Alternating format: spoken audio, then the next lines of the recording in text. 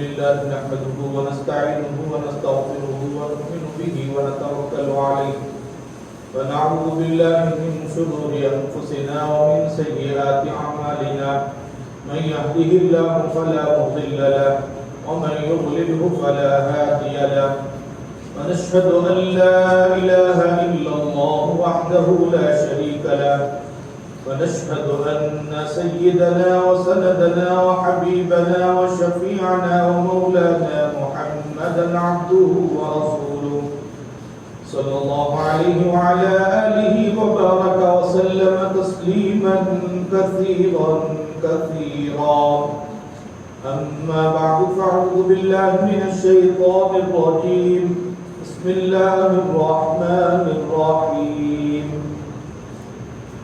ما أصاب من مصيبة في الأرض ولا في أنفسكم إلا في كتاب من قبل أن نبرأها إن ذلك على الله يسير قال النبي صلى الله عليه وسلم لا عدوى ولا طيرة ولا هامة ولا صفر أو كما قال عليه الصلاة والسلام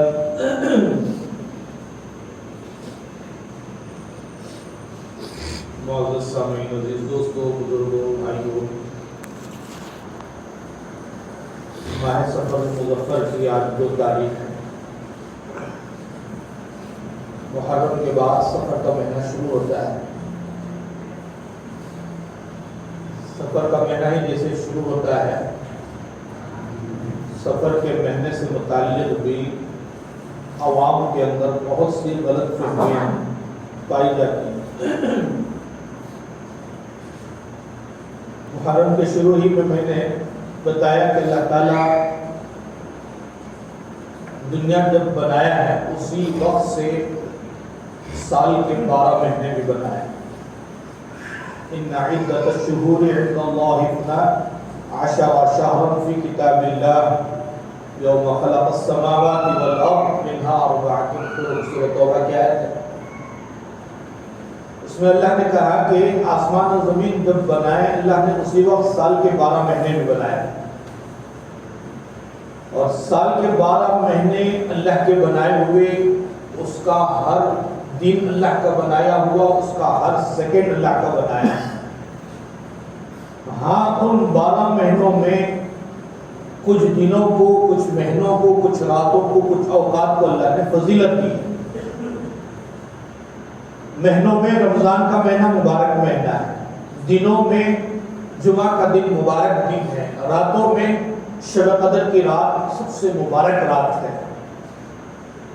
تو دنوں اور اوقات کو اللہ نے کچھ فضیلت دی ہے، یقیناً دی ہے، لیکن اس کے برخلاف کسی دن کو اللہ نے نحوست کے لیے نہیں بنایا۔ کسی کے بارے میں، خصوصاً سفر کے مہینے کے بارے میں، شروع کے جو 13 دن آتے ہیں، بہت سے اچھے دیندار گھرانوں میں اور خصوصی طور پر عورتوں میں ایک بہت غلط فہم، بہت غلط سوچ، یہ غیروں سے آیا ہے مسلمان۔ یہ اسلامی شریعت اس کی بالکل کہیں اجازت ہی نہیں دیتی، اسلام کا کوئی اس بارے میں تصور ہی نہیں ہے۔ خصوصاً عورتوں میں بہت مشہور ہے، اور بعض جہلا میں بھی۔ سفر کا مہینہ آتا ہی بہت سے لوگ کئی فون پر پوچھتے ہیں کہ بھائی یہ مہینہ آ گیا، بیوی کو گھر میں رکھنا ہے نہیں رکھنا ہے، کپڑا خریدنا ہے نہیں خریدنا ہے، دکان خریدنی ہے نہیں خریدنی ہے، بچی کی شادی کرنی ہے نہیں کرنی ہے، اچھا کام کرنا ہے نہیں کرنا ہے۔ بھائی کیوں، کیا قصہ، کیا مسئلہ آ گیا؟ بھائی حضرت سفر کا مہینہ ہے، کیوں سفر کے مہینے میں کیا آ گیا؟ نہیں، سفر کا مہینہ لوگ کہتے ہیں کہ منحوس مہینہ ہے، نعوذ باللہ۔ اور یہ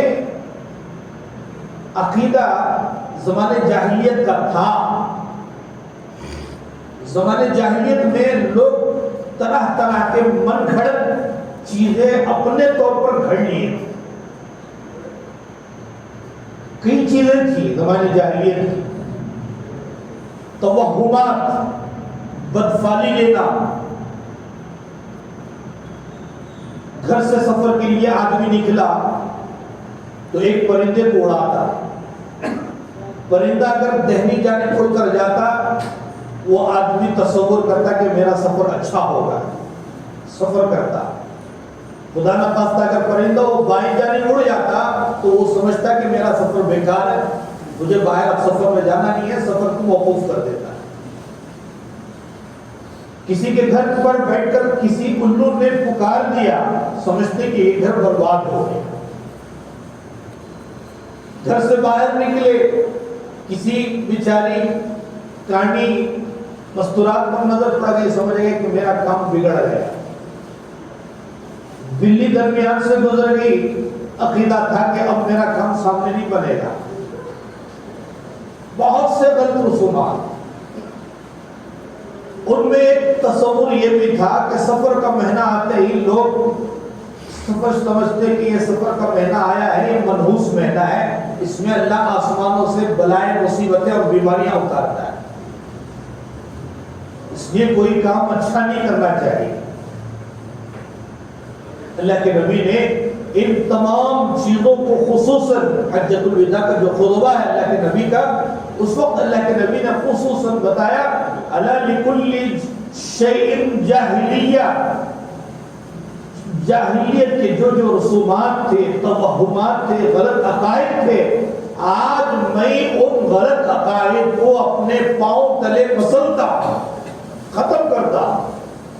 اسلام میں اس کا کوئی تصور نہیں ہے۔ اس لیے اللہ تعالیٰ نے اللہ کے نبی کو جب نبوت سے نوازا تو اللہ کے نبی سب سے زیادہ توحید پر لوگوں کو زور دیتے۔ کیوں زور دیتے؟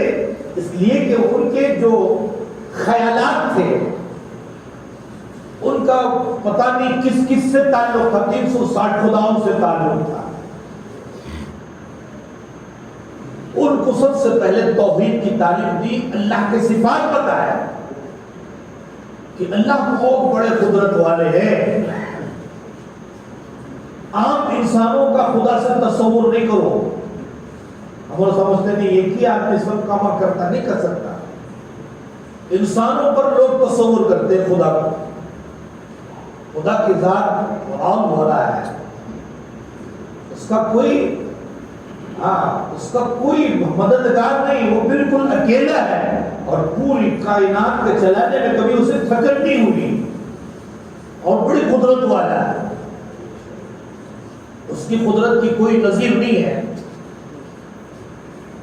تو اللہ نے خود قرآن میں توحید والی آیتیں اتارتا، اور اللہ کے نبی بھی اس وقت کے جو قوم تھی بت پرست، توہم پرست، پتہ نہیں کس کو خدا بنا دیے، اپنی حاجتیں ان سے مانگنا شروع کر دیے، یہ حاجتوں کا یہ فلاں دینے والا، یہ فلاں دینے والا، یہ فلاں دینے والا، پتہ نہیں کتنے خدا بنا دیے تھے۔ اس لیے سب سے پہلے یہ خدا پر ان کو لایا اور توحید پر انہیں جمع کیا، اور توحید پر جو صحابہ جمع ہوئے ہیں، توحید پر آئے ہیں، اسلام قبول کیے ہیں، ان کے اندر ایمان ایسے راسخ ہوا کہ ان کو دنیا کی کوئی طاقت ان کے ایمان کا مقابلہ نہیں کر سکتی۔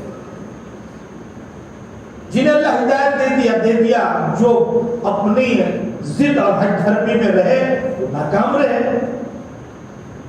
اللہ نے جنہیں چنا، ایمان ایسا دیا، لوگ ان کے ساتھ پتہ نہیں جانوروں جیسا معاملہ کر دیا، لیکن کبھی ان کی زبان پر خدائے وحدہ لا شریک کے علاوہ کسی اور خدا کا نام تک نہیں آیا، تصور ہی نہیں کر سکتے۔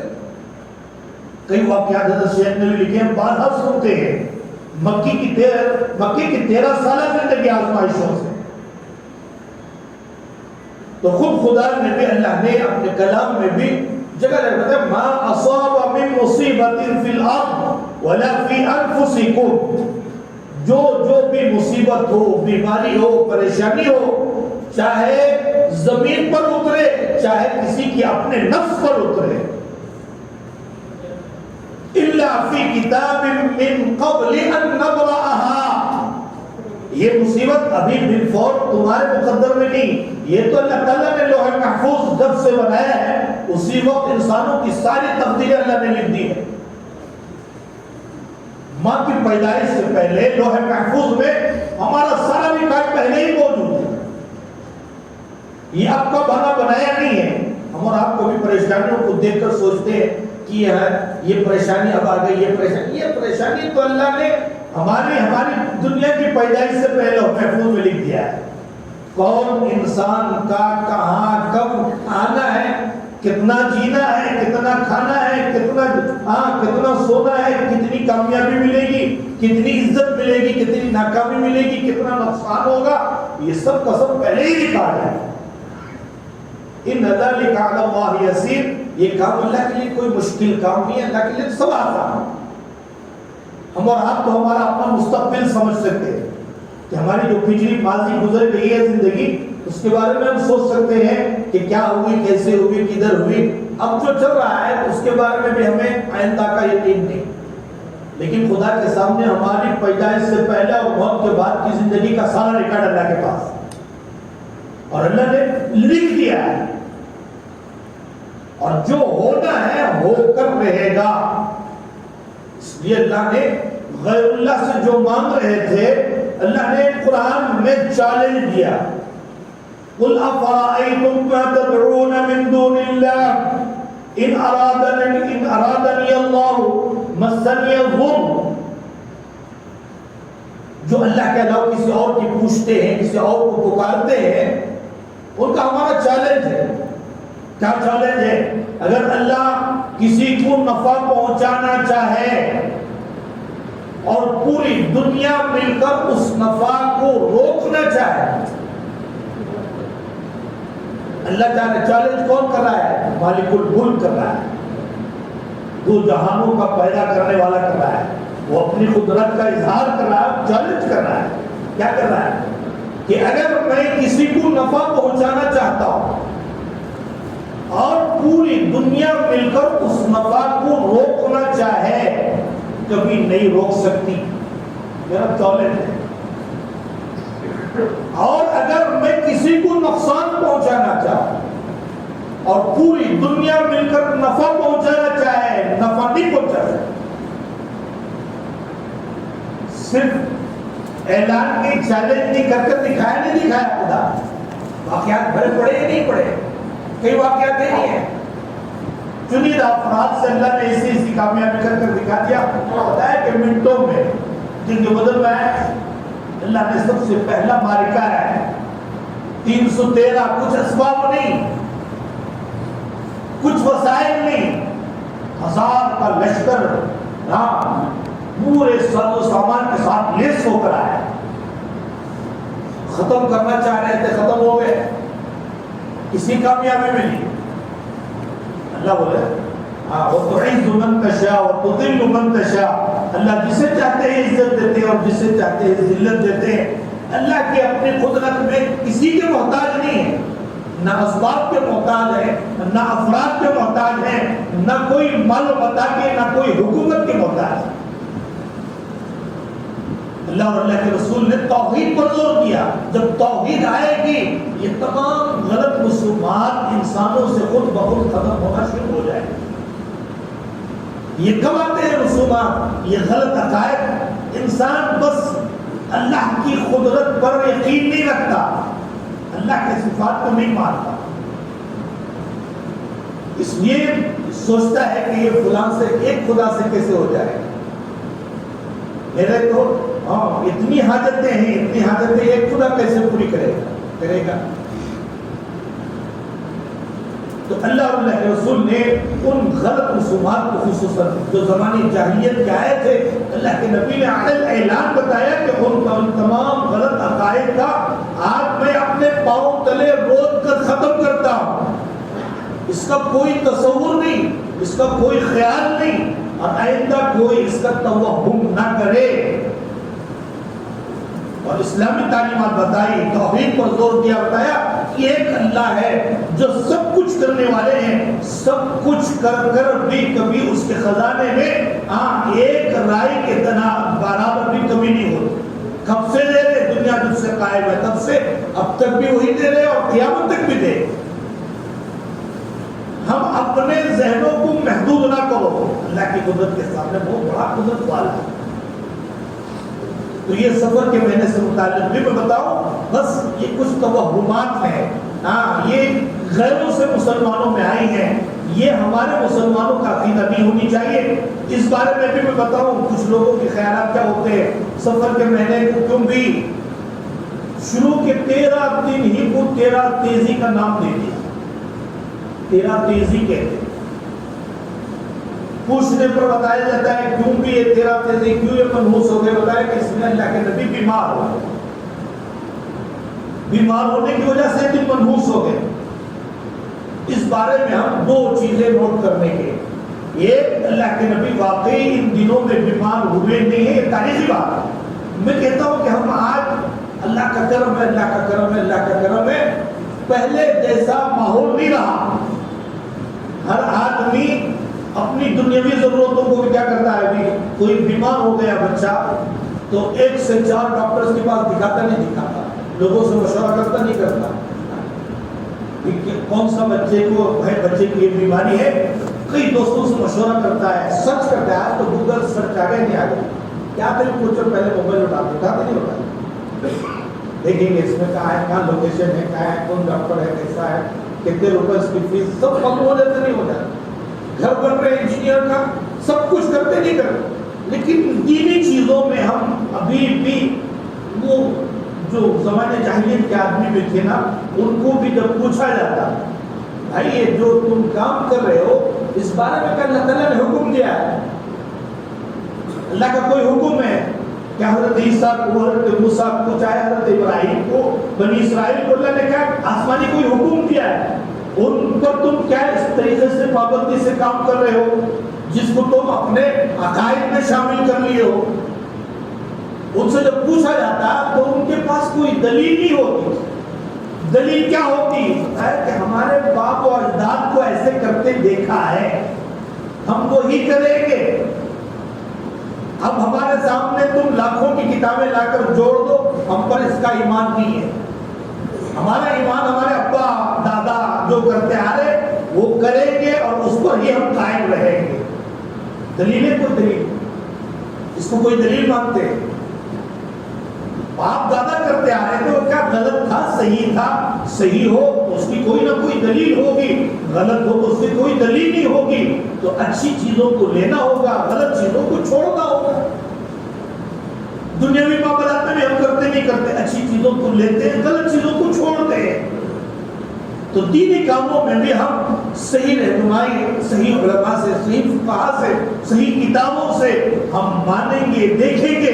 اگر صحیح دلائل مل رہے کریں گے، اگر دلائل نہیں مل رہے ہم اپنے خاندان کے کرتوتوں کو جو کرتے آ رہے اس کو ہم فالو نہیں کریں۔ ابھی بہت سے لوگوں کو پوچھو، بہت سے لوگوں کا یہی جواب ہوتا ہے کیا بھی آپ کر رہے ہیں، نہیں ہمارے خاندان میں چلنے کا وہ تو نہیں ہوتا، وہ بھی کر رہے، وہ بھی کر رہے، وہ بھی کئی کو کر رہے، پتہ نہیں کیا کہ ہمارے باپ دادا کر رہے تھے، کر لے کا ہے کر، اس کی کوئی دلیل نہیں۔ تو بتایا ایسے ہی لوگوں میں ایک عقیدہ یہ ہے کہ 13 تیزی کی بھی بیمار اللہ کے نبی بیمار ہو گئے تو کیا دن منحوس ہو گئے؟ ایک بات میں سمجھنی ہمیں کہ یہ تاریخی چیز ہے کہ ان دنوں میں اللہ کے نبی بیمار ہوئے نہیں ہوئے، ہم تاریخ سے ہم اس کا حوالہ پوچھیں۔ اللہ کے نبی اپنی زندگی میں بارہا بیمار ہوئے۔ کتنے دن بیمار ہوئے؟ 13 دن کا تذکرہ کرتے ہیں۔ 13 دن کا اگر تاریخ میں ہم حوالہ سے تلاش کریں تو مرض الوفات کی تاریخ سے متعلق پتہ چلتا ہے کہ اللہ کے نبی اپنے مرض الوفات میں جو انتقال کر گئے، جس مرض میں شفایاب نہیں ہوئے، اس کی اگر تاریخ اٹھا کر دیکھیں تو فتح الباری میں، امام فتح القدیر میں، امام بہت بڑے امام نے اٹھا کر ایک تاریخ لکھی، بتایا کہ حضرت اللہ کے نبی یقیناً 13 دن بیمار ہے۔ بیماری سے کون سے دن بیمار ہیں؟ تاریخ کے حوالے سے تو لکھا ہے کہ سفر کے آخری اور ربیع الاول کے شروع کے ایام تھے۔ سیرت ابن ہشام کی ایک کتاب ہے، معتبر کتاب، حضرت اس میں لکھتے ہیں کہ ربیع الاول کے شروع سے اللہ کے نبی بیمار ہے اور اسی بیماری میں اللہ کے نبی انتقال ہو۔ تاریخ کے حوالوں کی کتابوں کا میں حوالہ دوں، فتح القدیر بہت بڑی کتاب ہے، بخاری کی شرح ہے۔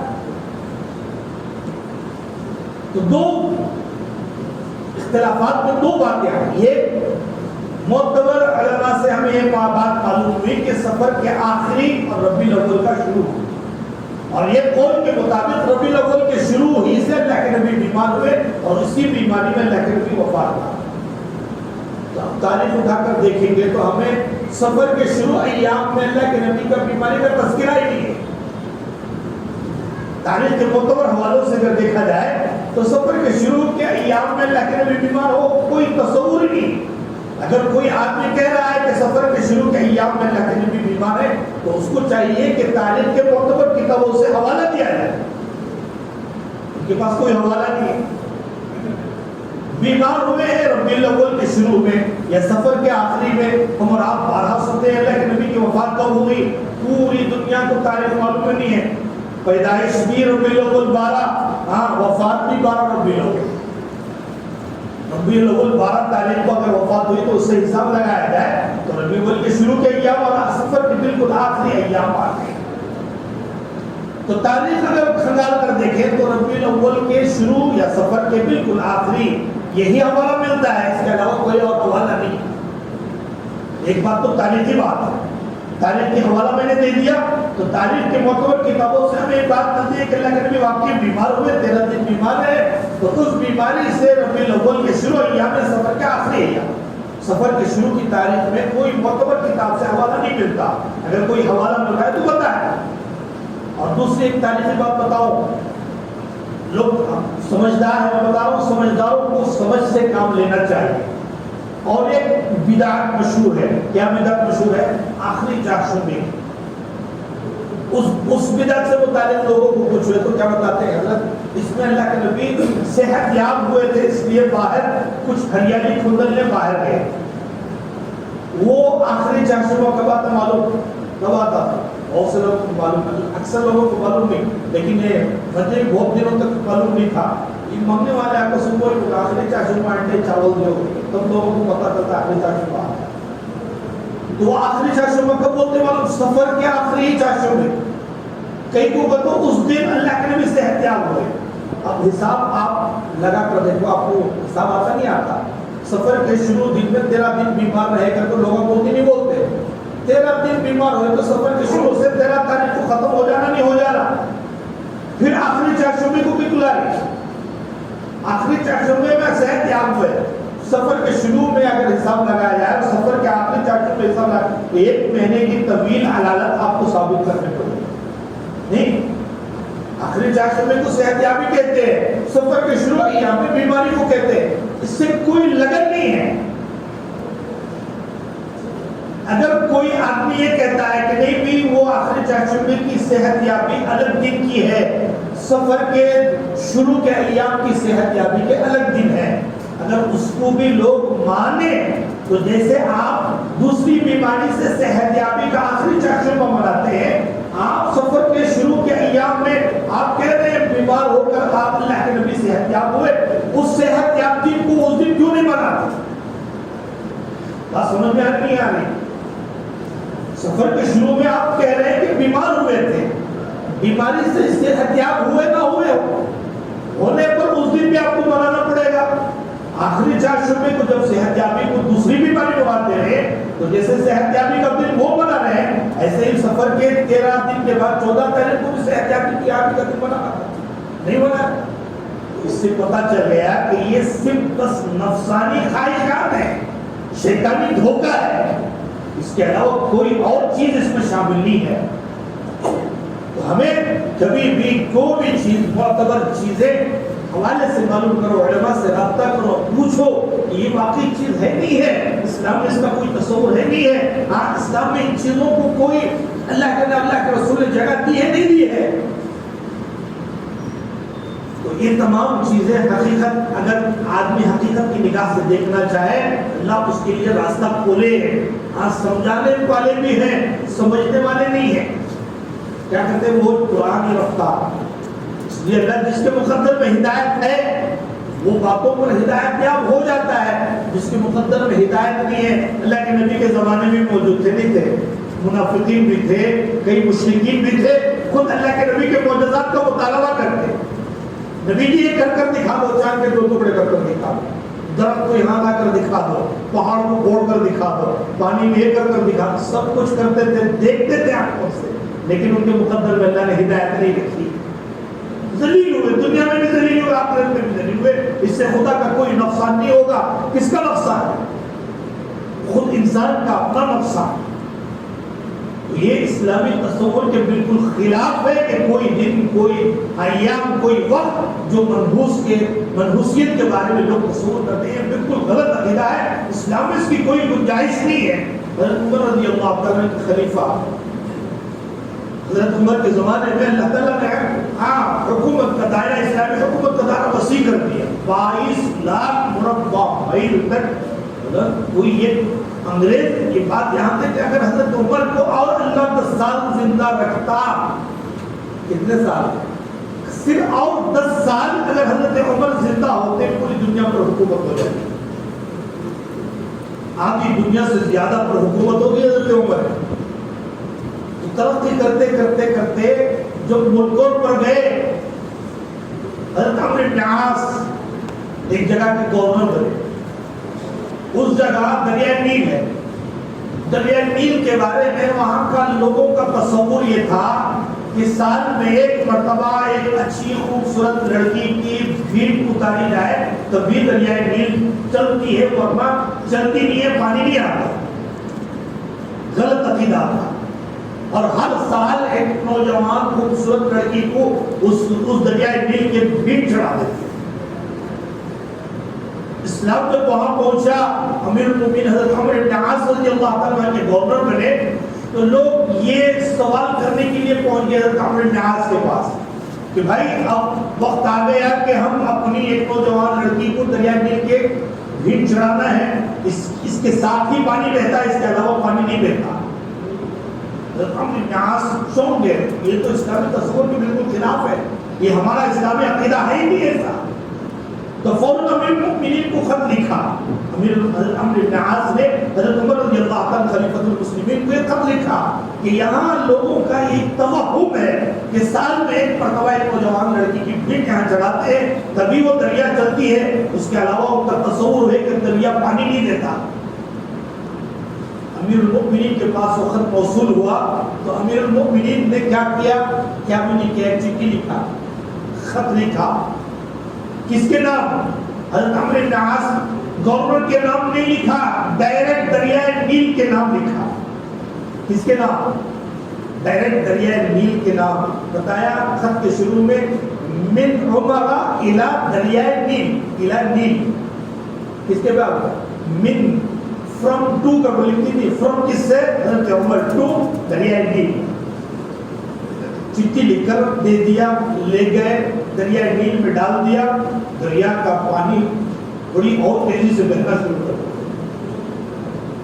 لوگوں کو تعجب ہوا، کیا آخر کیا کرامت؟ سمجھتے ہیں وہ چٹھیاں لکھ دیا تو تعویذ بنا دیا، بچہ ہوگا ختم ہوگا، خدا ہو جائے، تعویذ سے میرا کام ہو گیا پورا۔ لوگوں کو تصور ہی نہیں ہے، اب وہ کام آپ شروع ہو گئے تو دیکھے دکانہ بن جاتے ہیں۔ تعجب لوگوں کو، کیا ہو گیا، کیا آخر چٹھی میں لکھے تھے؟ تو حضرت عمر کے پوچھنے پر حضرت عمر نے بتایا کچھ بھی نہیں لکھا۔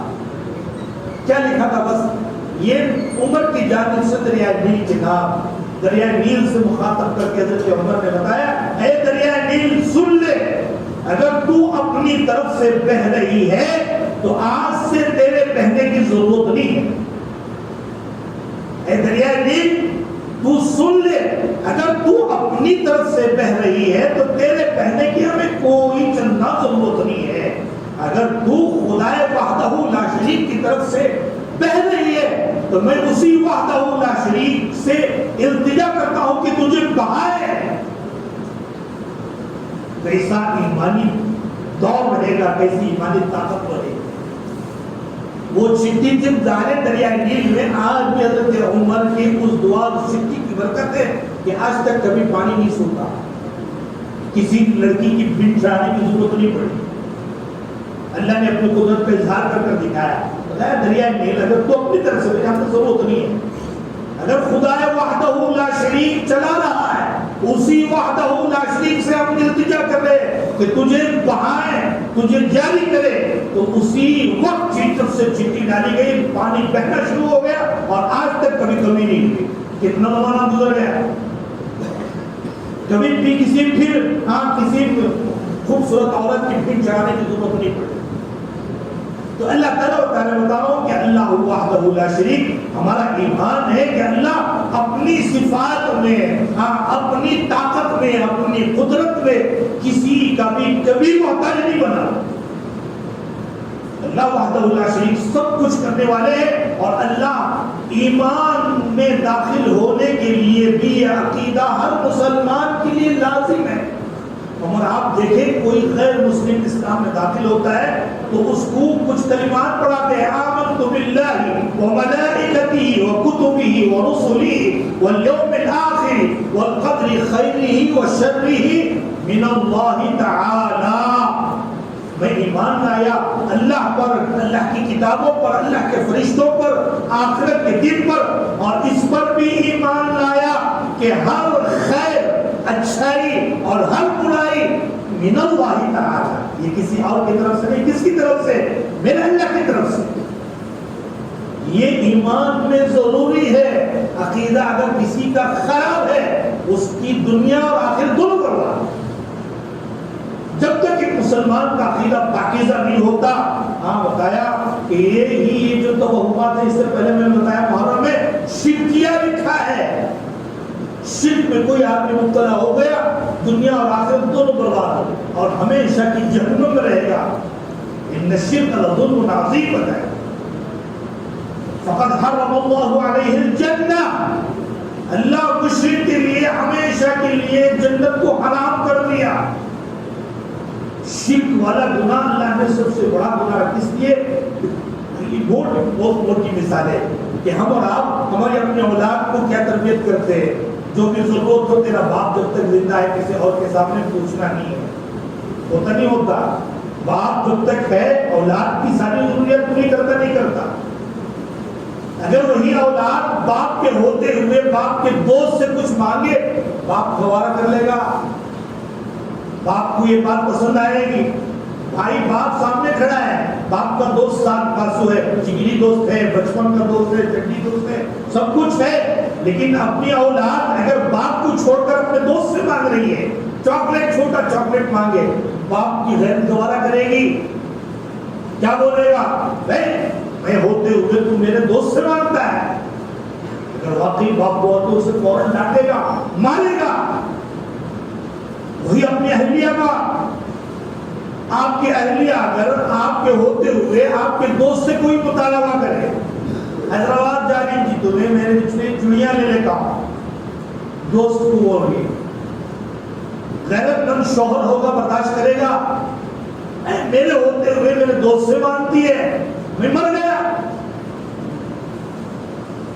کتنا غصہ آتا ہے شوہر کو اپنی بیوی کے خود شوہر سے ماننے کے بجائے اپنے دوست ہے مان رہے ہیں، چٹی دوست ہے، سب کچھ ہے، جگری دوست ہے، سب کچھ ہے، لیکن دوست سے اپنی بیوی مانگے شوہر برداشت نہیں کرتا، اولاد اپنے باپ سے چھوڑ کر اپنے دوست سے مانگے برداشت نہیں کرتا، تو اب اللہ جو ہمیں پیدا کرنے والا، ہمیں پیدا کر زندہ رکھنے والا اور ہماری ضرورتیں پوری کرنے والا وحدہ لا شریک خدا ہے، اگر خدا کا در چھوڑ کر کسی اور سے مانگتے ہیں تو اللہ کو غصہ نہیں کا ہے؟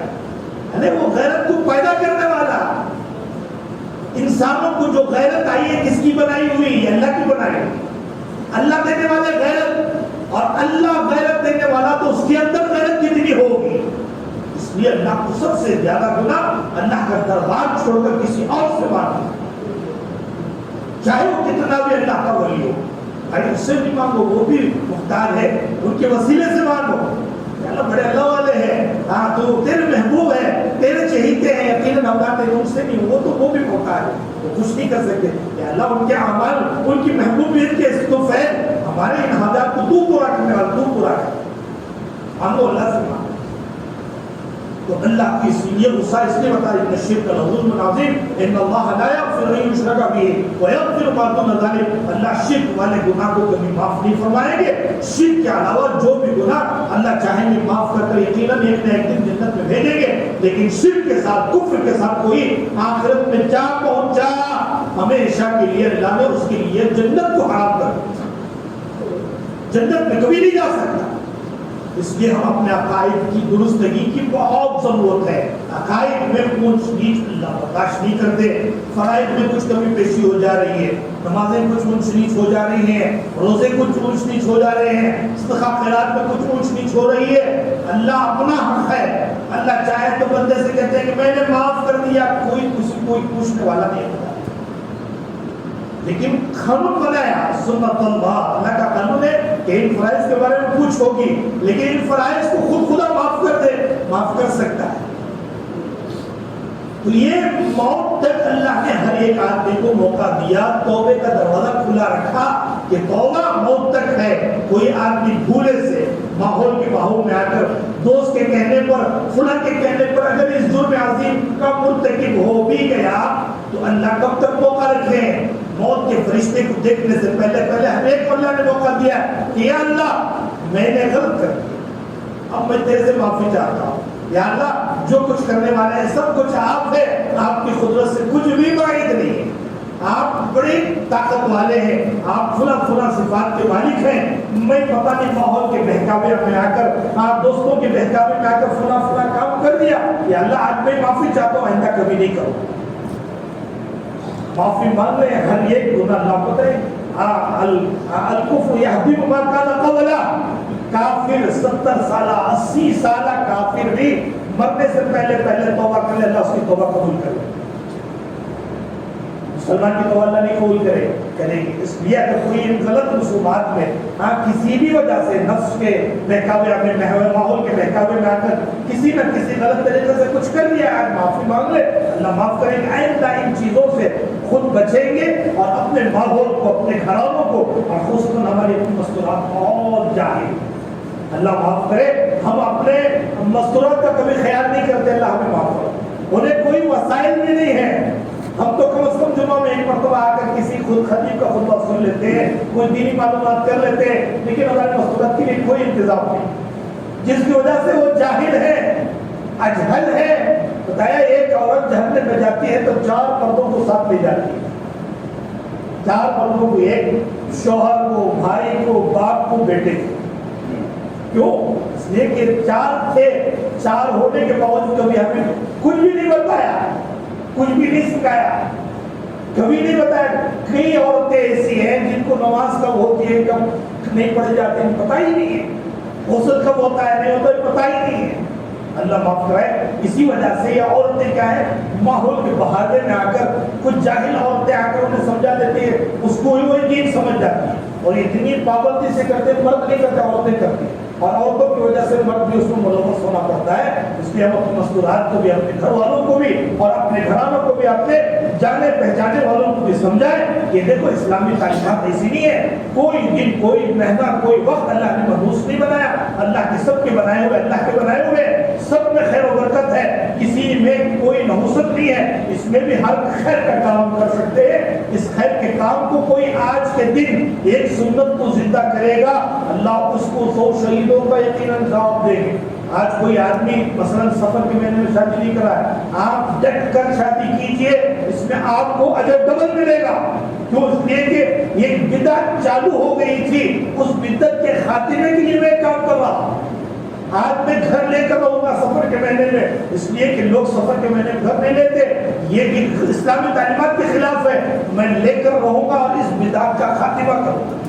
میں گھر کی اوپننگ کر کے رہوں گا، میں فلاں دکان کی اوپننگ کر کے رہوں گا، میں فلاں اچھا کام اس دنوں میں کر رہوں گا. اللہ اجر و ثواب زیادہ دیں گے. کیوں؟ اس لیے کہ ایک بدعت کا آپ خاتمہ کر رہے ہیں. اس لیے ہم اور آپ چاہیے کہ ہم اپنے عقائد کا، خصوصاً عقائد میں اونچ نیچ ہو جائے گی، دنیا اور آخرت دونوں میں مراد ہے. اور ہمیشہ کی جنت اللہ نے ان کے لیے حرام کر دی ہے، ہمیشہ کی جہنم میں جلنا ہے. زندگی بھر مسلمان رہ کر کافروں کے ساتھ ہمیشہ جہنم میں رکھنا ایک اتنی بدبختی کی بات. اس لیے ہمیں چاہیے کہ تمام توہمات سے عقائد کی حفاظت کے ساتھ موت کی آخری سانس تک دین پر استقامت کے لیے اللہ سے دعا کرتے رہے. اللہ ہی ہمارے ایمان کی عقائد کی حفاظت کرنے والا ہے. اگر اللہ ہمارے ایمان عقائد کی حفاظت نہیں کرے گا یقیناً ہمارا ایمان عقائد بگڑ جائے گا. اللہ سے دعا بھی کرے, التجا بھی کرے کہ اللہ تعالیٰ ہم تمام کو موت کی آخری سانس تک دین پر استقامت نصیب فرمائے, کرنے والی موت نصیب فرمائے, تمام بری موتوں سے سوء خاتمہ سے ہم سب کے اللہ حفاظت فرمائے. اللہ ہم سب کی جنت الفردوس میں اعلیٰ سے اعلیٰ مقام عطا فرمائے. آمین. وآخر دعوانا ان الحمد للہ رب العالمین.